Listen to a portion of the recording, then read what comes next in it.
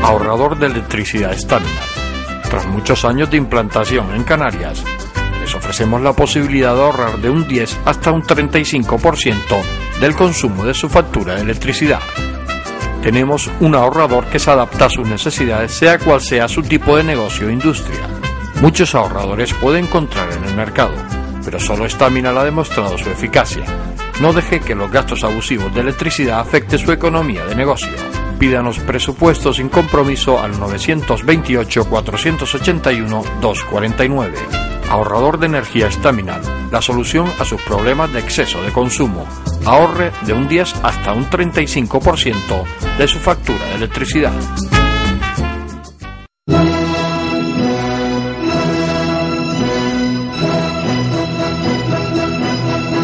Una nueva edición del Festival de Zarzuela de Canarias presentan los amigos canarios de la zarzuela. El Teatro Cuyás será el escenario de estas magnas obras, un magnífico elenco de cantantes que estarán acompañados por la Orquesta Filarmónica de Gran Canaria, la Orquesta Sinfónica de Las Palmas y el coro del Festival de Zarzuela de Las Palmas de Gran Canaria. Completan un programa musical a la altura que este festival se merece. Tienen una cita inexcusable con el Festival de Zarzuela de Canarias, venta anticipada en entradas.com o en las propias taquillas del Teatro Cuyás. Más información en Los Amigos Canarios de la Zarzuela.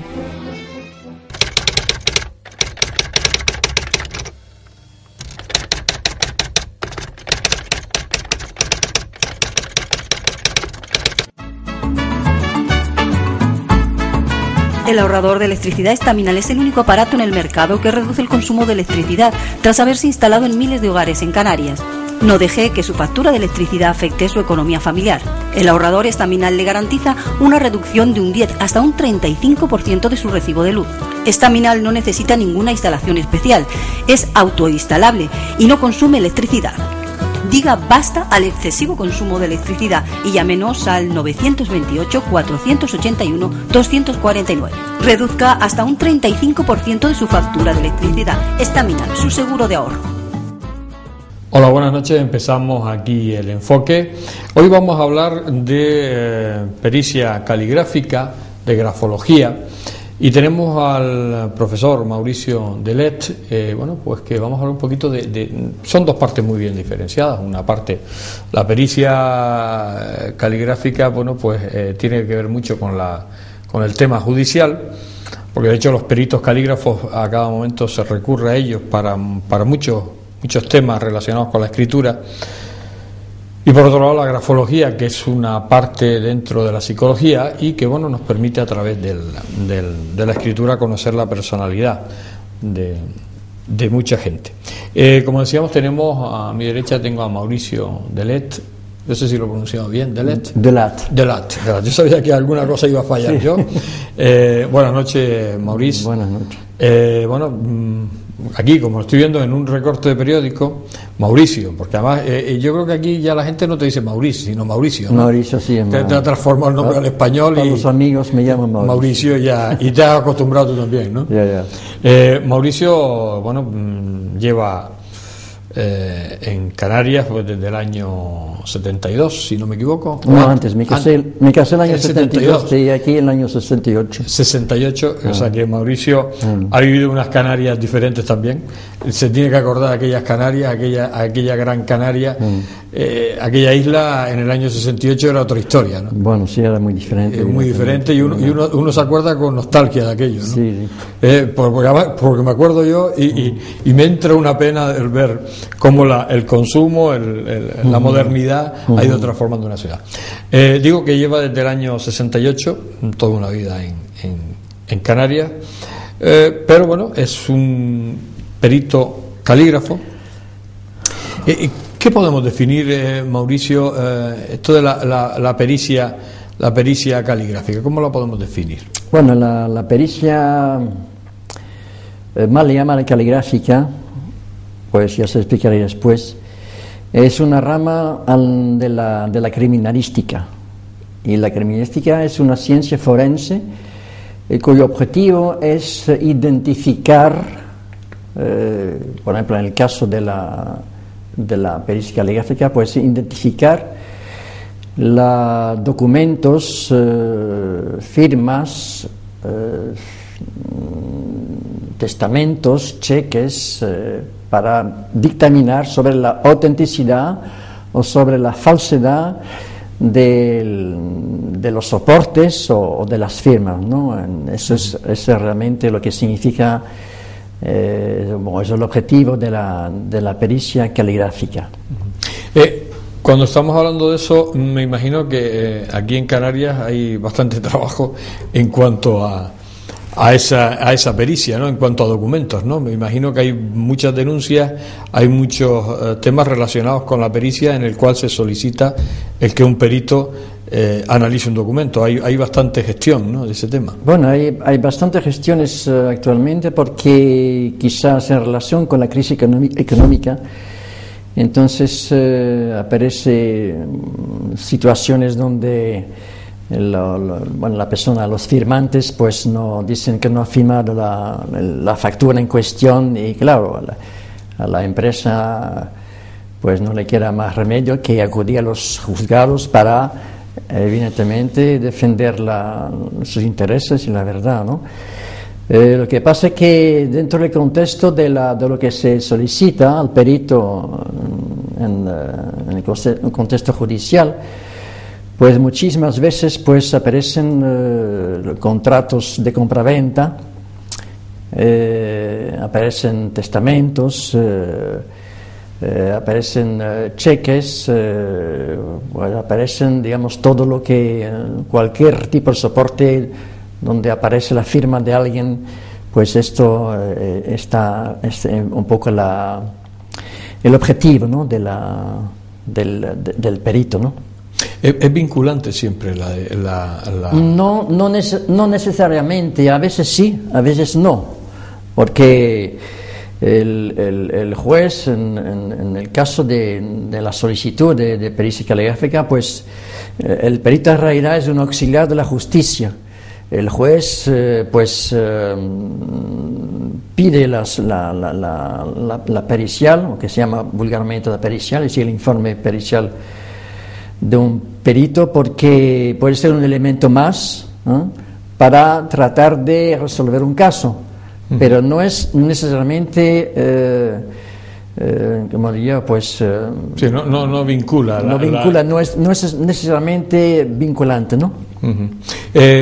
Me imagino que a lo largo de tu profesión, Maurice, te has encontrado muchísimos casos, incluso en casos de asesinatos también interviene a veces el perito, ¿no? El perito caligráfico por determinados documentos que pueden aparecer, que pueden servir para determinar en algún momento la aparición de alguien a través de escritos. Bueno, si en el caso de asesinato, un caso de suicida, pues la persona deja un documento escrito, evidentemente, y ahí el perito tiene que intervenir para ver si realmente, pues, bueno, depende del objeto, porque es el juzgado que dicta al perito el objeto, ¿no?, de la pericia, ¿no? Muchísimas veces, más quizás en caso de suicidios que en asesinatos, porque muchísimas veces pues el suicida pues deja una nota, la última nota, y hay que determinar si realmente esa nota es auténtica o no. ¿Te has encontrado algún caso? Este caso ha sido, porque yo me dedico más a lo civil que a lo penal, ¿no? Los casos penales muchísimas veces pues se acude a colegas de la policía científica, por regla general, ¿no? O sea que hablamos siempre más de lo civil. Sí, exactamente. Un cheque no sea firmado por la persona. Me imagino que te habrás encontrado muchísimos casos en que la firma no es la de la persona que tenía que estar allí, ¿no? Que tenía que estar firmando, ¿no? Sí, firma falsa. Bueno, ¿no? hay diferentes métodos de falsificación, ¿no? Hay la falsificación por imitación servil, donde el falsario pues imita escrupulosamente pues la firma o el modelo, ¿no? Luego hay la falsificación por imitación libre, es decir, que es el caso de un empleado que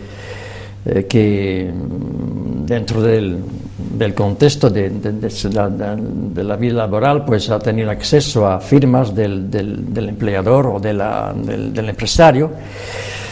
Y entonces pues él tiene una visión, tiene una fotografía de la firma, entonces pues la estampa, ¿no? en un documento falso, y después existe también la falsificación por transparencia, es decir, que se utiliza, por ejemplo, un bolígrafo sin tinta y se repasa sobre el documento en un folio en blanco, digamos, y se repasa a través de la transparencia, es decir, a través de un aparato que proyecta la luz desde abajo. Entonces el falsario pues repasa con un bolígrafo de punta seca, y eso deja una huella, evidentemente. Luego él posteriormente pues repasa con un rotulador. Lo que pasa es que a la visión, es decir, a ojo desnudo no inmediatamente se nota, pero con el microscopio pues se puede ver inmediatamente la huella, ¿no? ¿Existe una firma falsa perfecta? No, es decir, que no se puede falsificar todo, ni se puede disimular todo. Es imposible. No, es imposible porque esta relación con la respuesta cerebral del ser humano, ¿no? Cuando la persona firma, en realidad no es la mano la que firma, sino el cerebro. Y por lo tanto,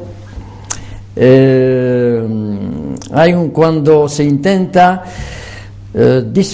disfrazar su propia escritura, cuando se intenta, es el caso de disimulo, es el caso de autofalsificación, porque puede ocurrir casos donde el falsario, pues, para no hacer frente a algunas responsabilidades financieras, pues trata de disimular o de autofalsificar su firma. Pues el cerebro siempre, la respuesta del cerebro es una especie de shock cerebral, ¿no? Y eso se traduce en la misma firma o en la misma escritura por lapsos, por temblores, por una carencia de espontaneidad, ¿no? Eso, para contestar a su pregunta, es decir, que es imposible realmente falsificar todo. Siempre queda algo. Siempre queda algo porque es imposible, claro, porque no es el cerebro. Él está intentando imitar algo que no es su cerebro que hizo la dictado. Hay que tener en cuenta que la firma en realidad es la combinación de constantes, de variables y de idiotismos. Me explico. Por ejemplo, le voy a dar un ejemplo de la cara. En la cara de una persona, pues las constantes son el color de los ojos. Bueno, en mi caso, tengo los ojos azules, nací con los ojos azules y moriré con los ojos azules. Constante. Bien. Las variables son las expresiones momentáneas, las expresiones pasajeras, es decir, la expresión de tristeza, de alegría, de descontento, de cansancio. Eso se refleja en la cara de la persona. Son variables, son como diría yo, pues son reacciones pasajeras, son las variables. Y luego hay los idiotismos en la cara, que son los tics nerviosos, las cicatrices. Es algo más. Pues en la firma es lo mismo. Entonces hay que realmente, a pesar de que existan variables, es la razón por la cual nunca afirmamos de la misma manera, nunca una firma es idéntica a sí misma, pero el perito tiene que fijarse sobre todo en las constantes, ¿sabes? Los ojos azules de la cara y los idiotismos, es decir, las cicatrices de la cara, si me explico bien, ¿no? Sí. Porque si no, claro, tiene que ser igual y en la firma siempre va a aparecer esa similitud. Esas constantes y luego la espontaneidad, porque cuando firmamos siempre lo hacemos con cierta espontaneidad. El falsario no puede imitar esa espontaneidad, imposible.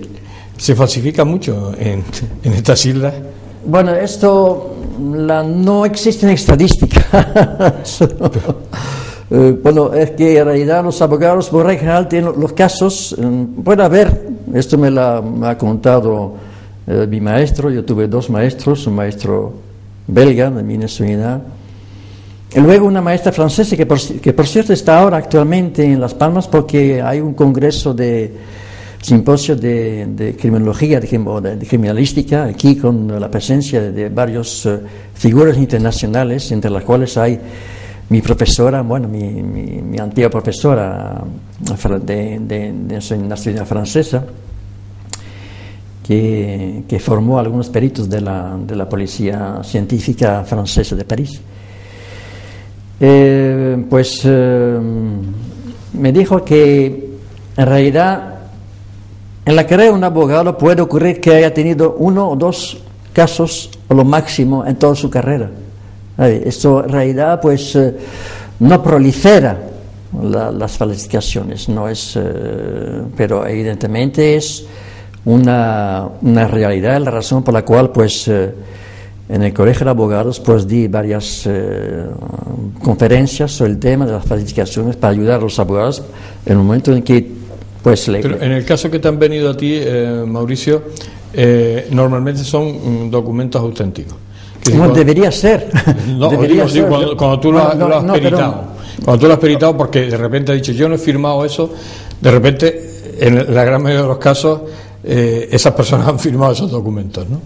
Bueno, esto personalmente no he hecho estadísticas en toda mi carrera, ¿no? Lo que quería decir que los documentos deberían ser originales, no que sea auténticos, no. Siempre el perito debe trabajar sobre firmas originales, exigir al juzgado de que pues la firma litigiosa, lo que llaman hay un tecnicismo que dicen firma dubitada, es decir, la firma dudosa, la firma litigiosa, pues sea una firma original, ¿no? Porque con la tecnología avanzada a la cual disponemos actualmente es relativamente fácil de manipular a través de un escaneando la firma, etcétera, etcétera, hacer un montaje. Me acuerdo de una anécdota, eso ocurrió aquí en Las Palmas, un caso de falsificación, eso se llama defraudación por ventana. Y resulta que era un vecino, una casa aquí en Las Palmas, que aprovechándose de la carencia de visión de su vecina, y como tenía el ojo puesto en adquirir de manera evidentemente ilegal la casa de esa señora, y también de manera muy astuta, aprovechando de que en este barrio pues el ayuntamiento pues las tuberías más había dedicado a reparar tuberías del barrio. Entonces se presentó un día a casa de la vecina diciendo que tenía que firmar un documento del ayuntamiento pues autorizando la entrada a su casa para reparación de tubería, ¿no? Que en relación con la calle, ¿no? Entonces presentó un documento falso, evidentemente, un documento, voy a decir el documento fuente, donde se pedía de que el ayuntamiento pues pedía, bueno, como la vecina pues teníamos de nivel cultural bastante bajo, y presentó este documento, pero el documento en realidad tenía una ventana. El falsario había cortado un recuadro, una ventana, y por debajo había puesto un documento destino. Bien, entonces en realidad la persona, como tenía cierta carencia de visión, no se dio cuenta de que en realidad había una ventana, ¿no?, y que firmaba no el documento de cuestión de ayuntamiento, sino el documento que estaba por debajo. Entonces él presentó esto al juzgado, y yo me acuerdo muy bien que el abogado, el juzgado, cuando me dio el documento en cuestión, lo que me llamó la atención es que en la parte superior pues faltaba algunos rasgos, porque lo comparé, tuve que cotejar la firma original con la firma dubitada, la firma litigiosa. Entonces inmediatamente pensé que era una falsificación por ventana. ¿Por qué? Porque en realidad había firmado por encima de la ventana. De la ventana, claro. Y había cortado, claro, este hombre había cortado un tramo. Y al final eso quedó sin... Pues no sé exactamente en qué se quedó este tema, porque muchas veces nos quedamos sin saber el resultado final. Vamos a hacer una pequeña pausa. Estamos hablando con Maurice Delat, ya lo he dicho bien, y tenemos todavía muchas cosas que preguntarle. Hasta ahora.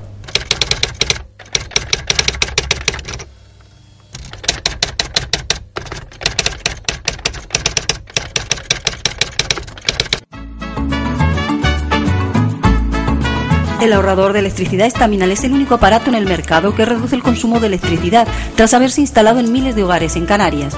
No deje que su factura de electricidad afecte su economía familiar. El ahorrador Estaminal le garantiza una reducción de un 10 hasta un 35% de su recibo de luz. Estaminal no necesita ninguna instalación especial, es autoinstalable y no consume electricidad. Diga basta al excesivo consumo de electricidad y llámenos al 928-481-249. Reduzca hasta un 35% de su factura de electricidad. Estaminal, su seguro de ahorro.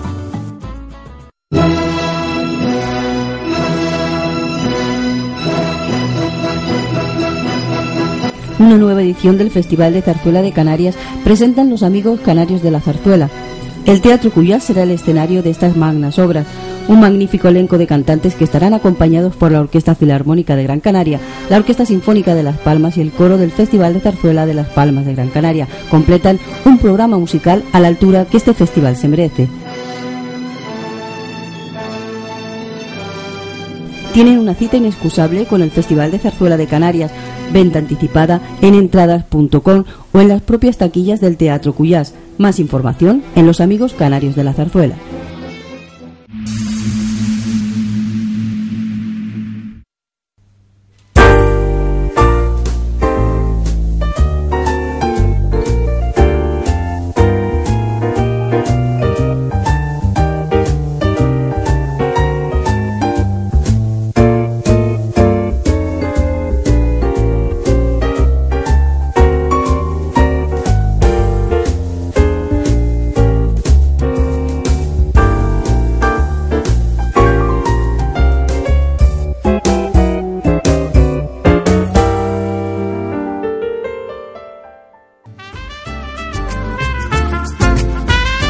Ahorrador de electricidad Estaminal.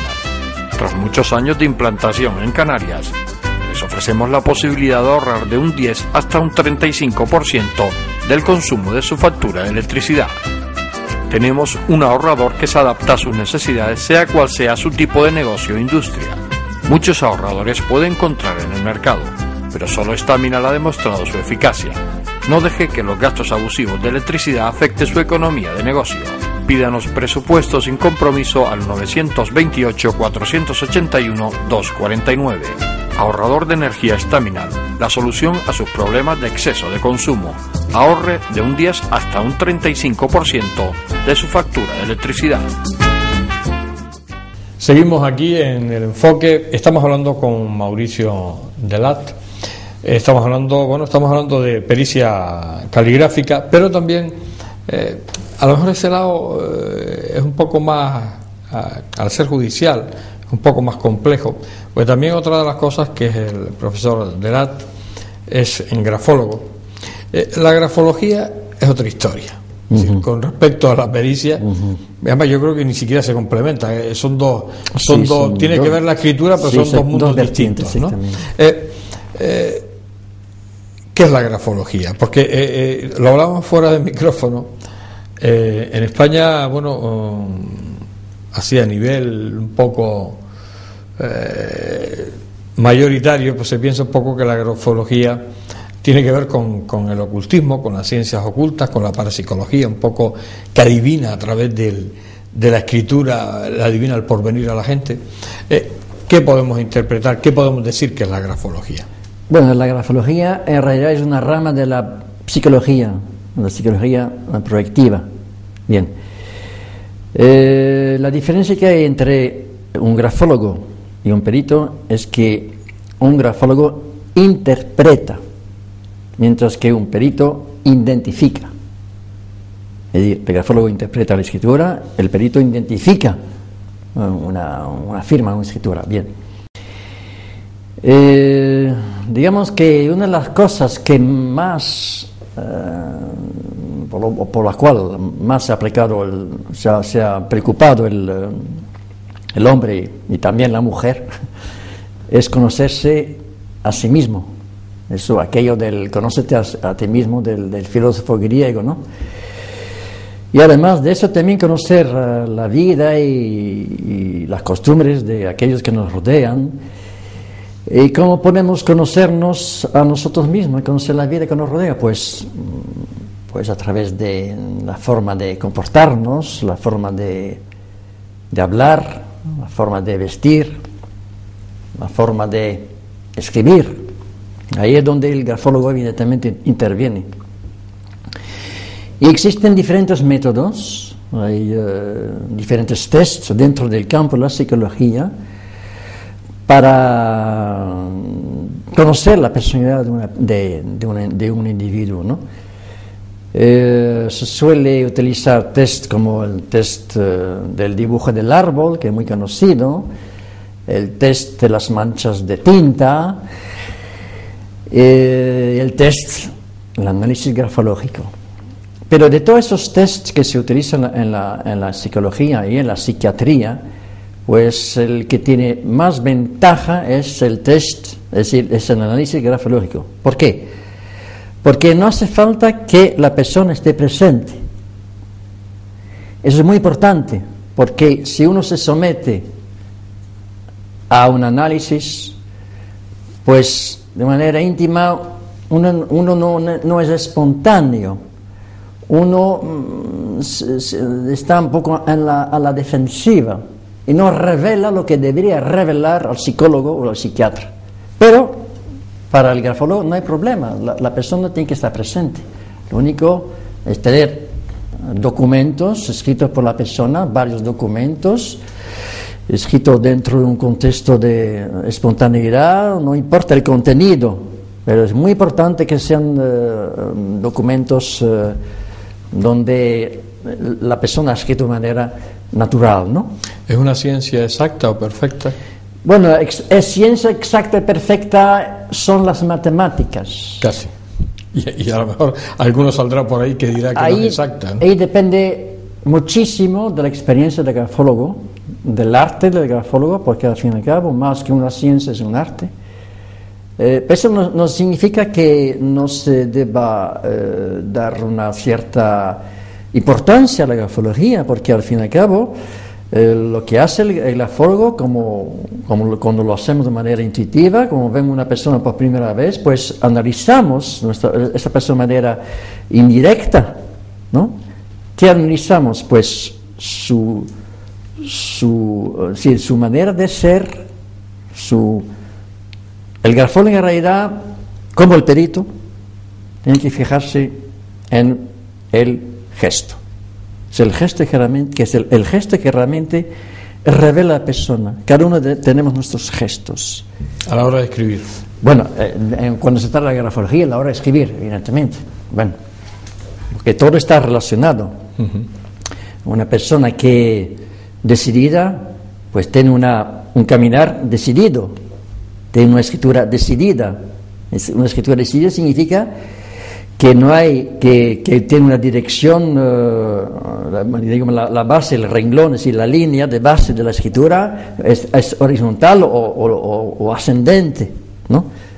Mientras que una persona que es un poco indecisa, pues tiene tendencia a caminar de manera indecisa, es decir, onduleante, es decir, que en sus gestos nos revelamos todo, es decir, todo movimiento, como dijo el filósofo francés Montaigne, tout mouvement nous trahit, significa todo movimiento nos delata.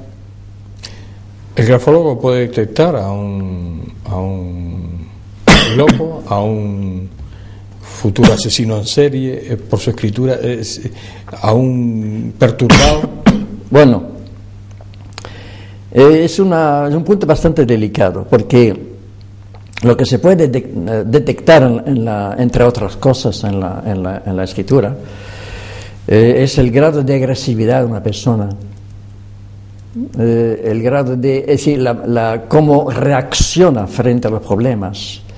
Entonces, perdón, en tal caso es muy importante, por ejemplo, para analizar la compatibilidad de caracteres, ¿no? Dentro del contexto actual de la violencia de género, pues la grafología puede ayudar muchísimo para analizar el carácter de la pareja, a ver si hay una compatibilidad y ver si hay cierto peligro. También hay el campo de las relaciones humanas. La grafología se utiliza para la selección personal, para analizar los candidatos, analizar los curriculum vitae que llegan, también la faceta de la educación para los profesores, para analizar te iba a decir, este tipo de empresas recurre al calígrafo, sí, claro, sí. Al grafólogo, para que en una selección de personal. Sí, claro, mucho más que antes. España empieza en ese campo, cuando en Alemania, Francia, pues lleva muchísimos años. Yo me acuerdo en mi juventud, pues que ya existía un análisis grafológico de los curriculum vitae, ¿no? Y es una... Bueno, porque se rellenaban a mano, ¿no? Porque ya últimamente esto de la, sí, de la informática... exactamente. Eso porque antes ponían mandar currículum a mano. Exactamente. Yo recuerdo que ponía, no se permitía ni a máquina, sino a mano, mandar currículum hecho a mano, ¿no? Sí, era obligatorio hacer el currículum a mano, ¿no? Imprescindible, ¿no? Era imprescindible. Lo recuerdo en los periódicos, cuando decían que mandaran el currículum, ponía lo de a mano, es decir, nada de mandarlo mecanografiado, sino había que hacerlo a mano. Ahora ya no, ahora me imagino que con esto de la informática pues lo mandan en correo. Claro, se pierde mucho, incluso en las firmas digitales actualmente en los DNI, ¿sabe? Actualmente pues quizás un poco más difícil que antes, porque pero todavía pues existen ficheros de los DNI donde aparecen las firmas originales. Entonces es muy importante. Las firmas originales son muy importantes dentro del cotejo. La criminología también busca a los grafólogos, que es decir, hablamos de hechos que suceden de alguna manera delictivos, judiciales. También al grafólogo le solicitan sus servicios en determinados momentos de analizar escritos, de analizar anónimos, de analizar, para saber de alguna manera la personalidad de quien ha escrito eso. Sí, entonces aquí interviene el grafólogo judicial. El grafólogo judicial. Sí, en el caso de que se trata, el juez quiere que se determine la personalidad del delincuente, o del imputado, ¿no?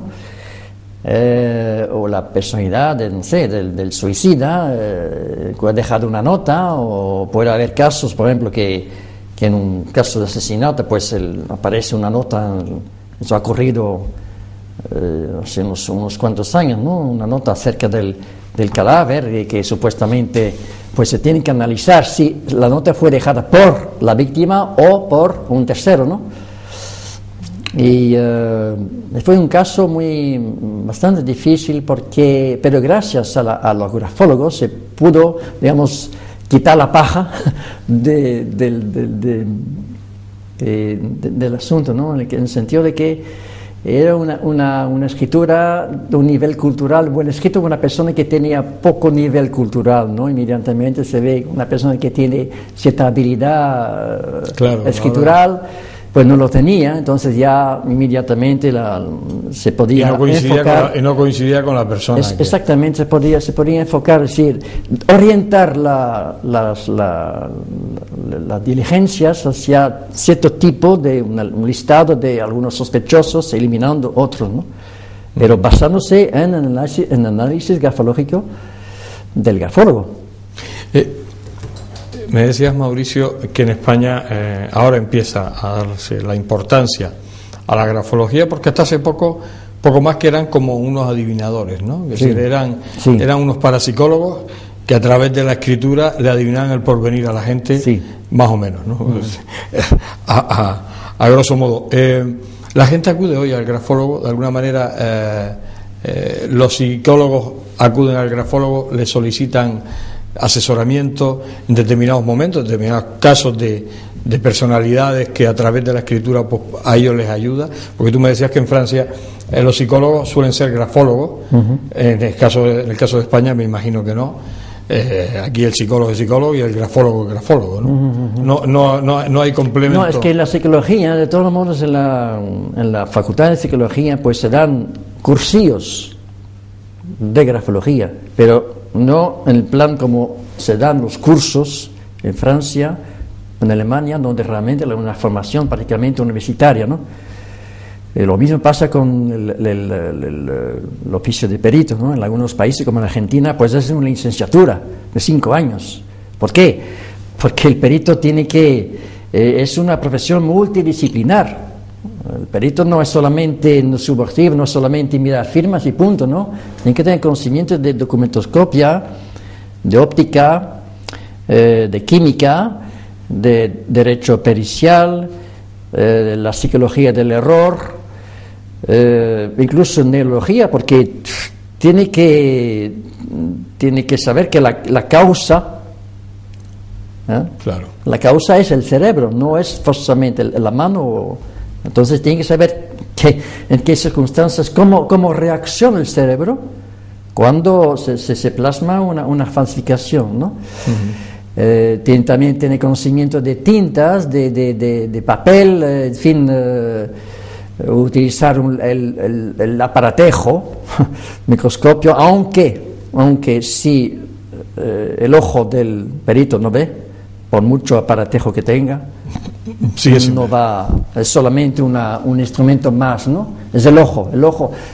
Todo radica en el ojo, ¿no? En ver dentro del bosque el árbol que no coincide con el bosque, ¿no? Vamos a hacer un pequeño alto en el camino. Ya llegamos a la parte final del enfoque, que hoy está dedicado pues a la pericia caligráfica y a la grafología. Tenemos al profesor Mauricio Delat y bueno, pues nos estamos enterando de muchísimas cosas. Hacemos una pequeña pausa y ya llegamos a la parte final del enfoque. Hasta ahora. Ahorrador de electricidad Staminar. Tras muchos años de implantación en Canarias, les ofrecemos la posibilidad de ahorrar de un 10 hasta un 35% del consumo de su factura de electricidad. Tenemos un ahorrador que se adapta a sus necesidades, sea cual sea su tipo de negocio o industria. Muchos ahorradores puede encontrar en el mercado, pero solo Staminar ha demostrado su eficacia. No deje que los gastos abusivos de electricidad afecten su economía de negocio. Pídanos presupuesto sin compromiso al 921-481-249. Ahorrador de energía Staminar, la solución a sus problemas de exceso de consumo. Ahorre de un 10 hasta un 35% de su factura de electricidad.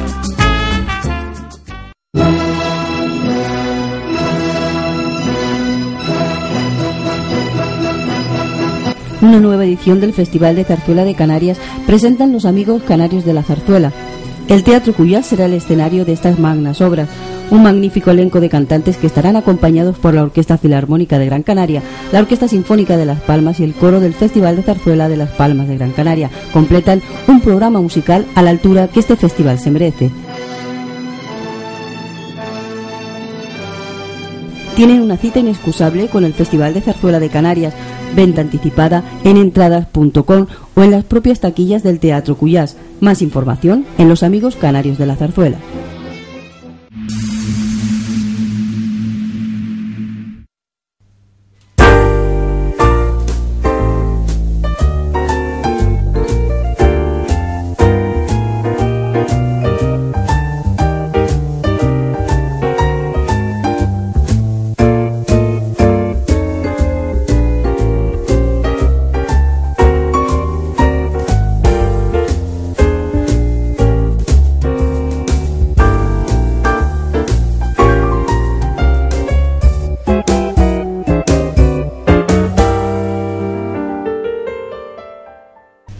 Llegamos a la parte final del enfoque.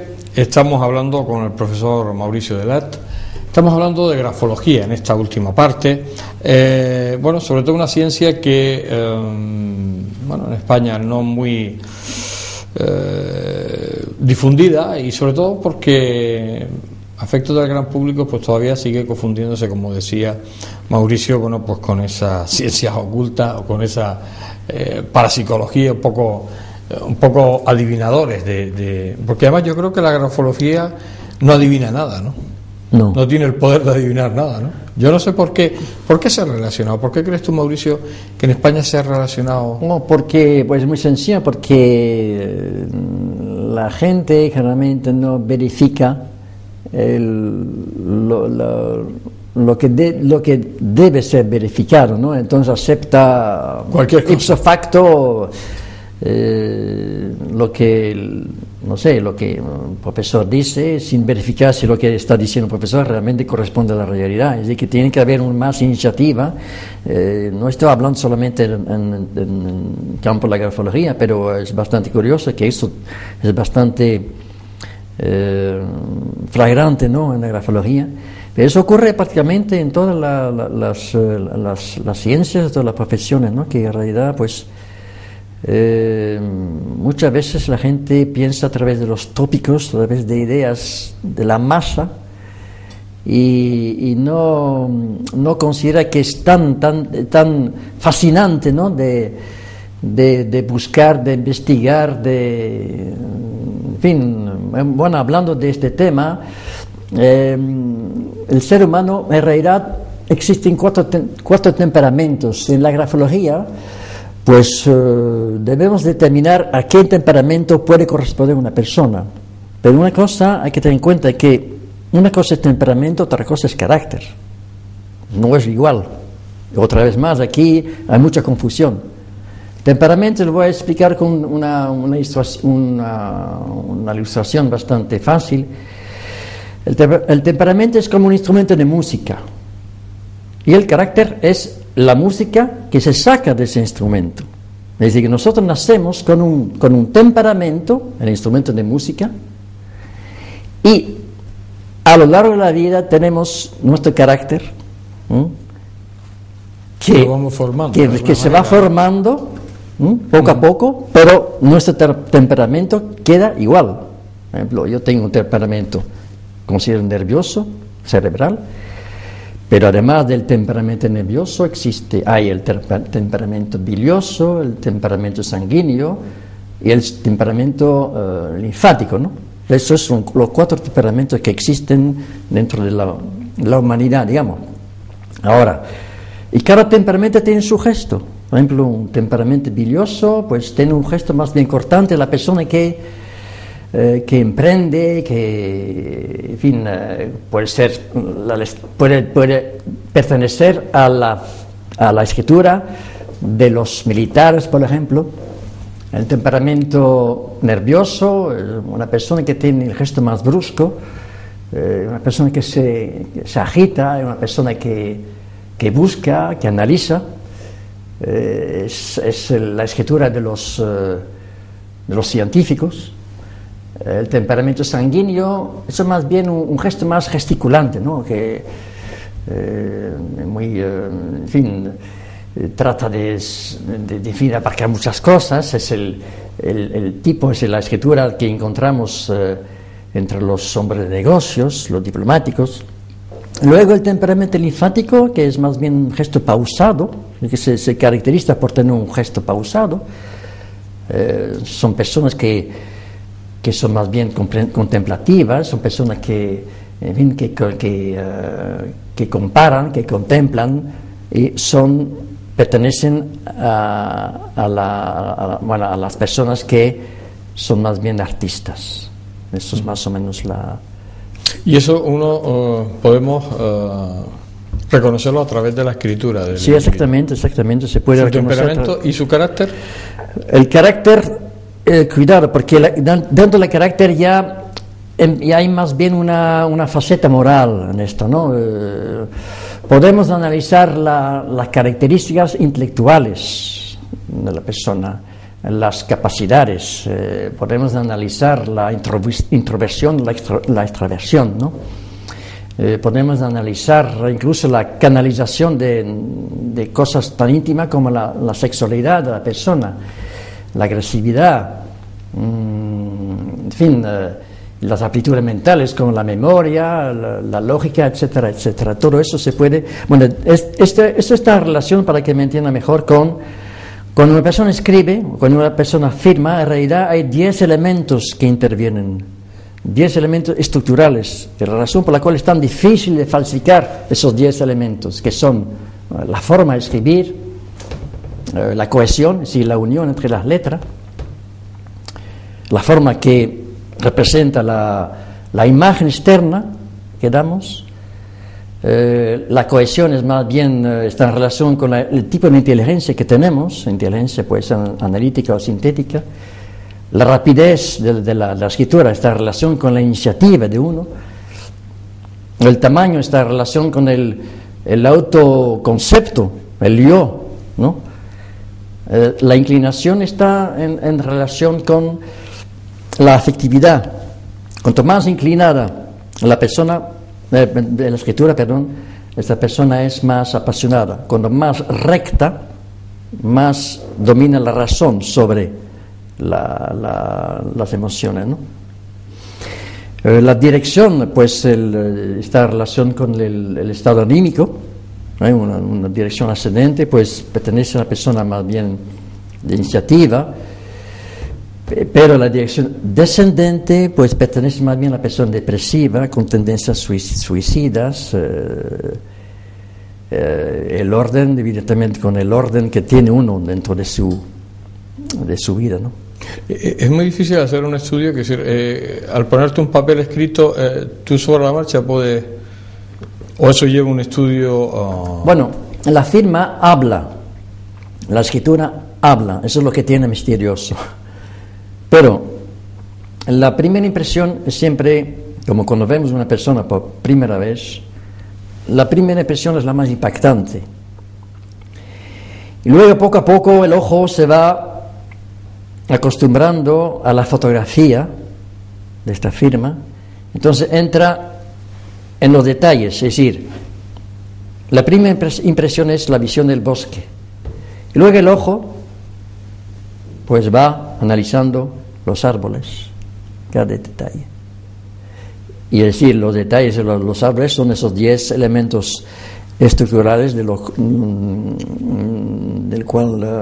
cuales acabo de hablar, ¿no? Ahora bien, hay que tener en cuenta que todo está interconectado, todo está interrelacionado, ¿no? La velocidad tiene que ver con la presión. A ver, la presión con un bolígrafo, pues hay personas. Yo he hecho la experiencia en clase con 40 alumnos con el mismo bolígrafo.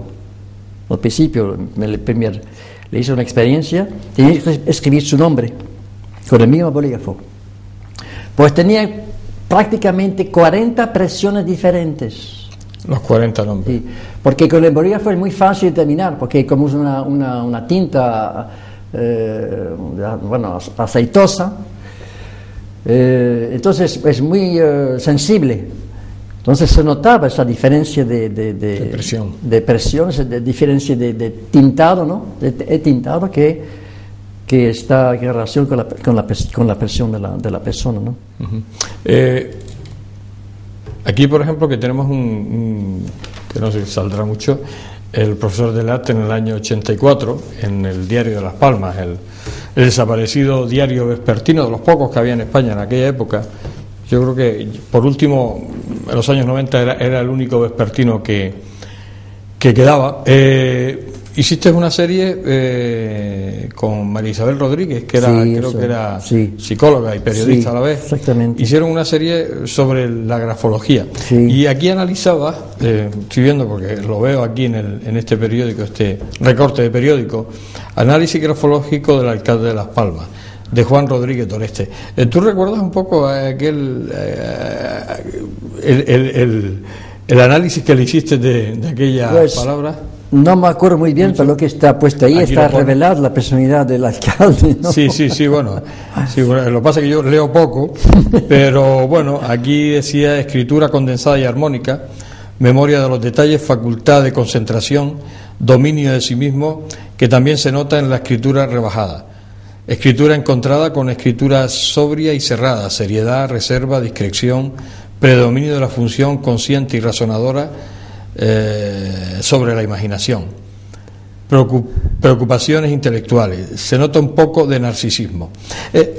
Todo esto podía sacarlo, en este caso que había pues 2, 4, 5 líneas, 5, 8 líneas, ¿puedes sacar todo ese análisis? Sí, porque además ese toque de narcisismo que le descubrías tú en esa escritura. Bueno, el que yo no conocí, no era político primero, no conocía no tenía tampoco afinidad política al alcalde, ¿no? Pero la impresión que me dejaba, es decir, el carisma que tenía ese señor, pues se vería daba una imagen de sí mismo de cierta narcisista, ¿no? Y lo descubrí evidentemente en su escritura, en el texto, en su firma también, ¿no? Y digamos que la escritura revela muchísimo más cosas sobre la persona de lo que uno puede pensar, ¿no? No puede imaginar. Se nos ha acabado el programa. Vamos a tener ocasión de traer a Mauricio en alguna ocasión y a lo mejor podemos hacer algo más. El tema es apasionante, el tema de la grafología, incluso la pericia caligráfica. Pero se nos ha acabado el programa. Saben que en televisión se nos marca un tiempo y si uno no termina, pues puede tener fatales consecuencias por parte del realizador hacia mi persona, que me puede dar alguna otra señal, a lo mejor un poco más física, y de tirarme algo a la cabeza como no corte. Mauricio, gracias por estar aquí. Yo creo que habrá más ocasiones de tenerte. Creo que el tema es interesante, se nos quedan muchísimas cosas por preguntarte, pero bueno, habrá ocasión de volver a tenerte por aquí. Con mucho gusto. Gracias, Mauricio, por estar aquí. Gracias. Bien, pues con las palabras de Mauricio Delat, el profesor Mauricio Delat, hemos terminado el enfoque por hoy. Hemos hablado de grafología, hemos hablado de pericia caligráfica, y yo creo que nos hemos enterado un poquito más de esta ciencia, de estas dos ciencias. Hacemos, como decimos, hasta la semana que viene, que le esperaré aquí en el enfoque. Hasta siempre.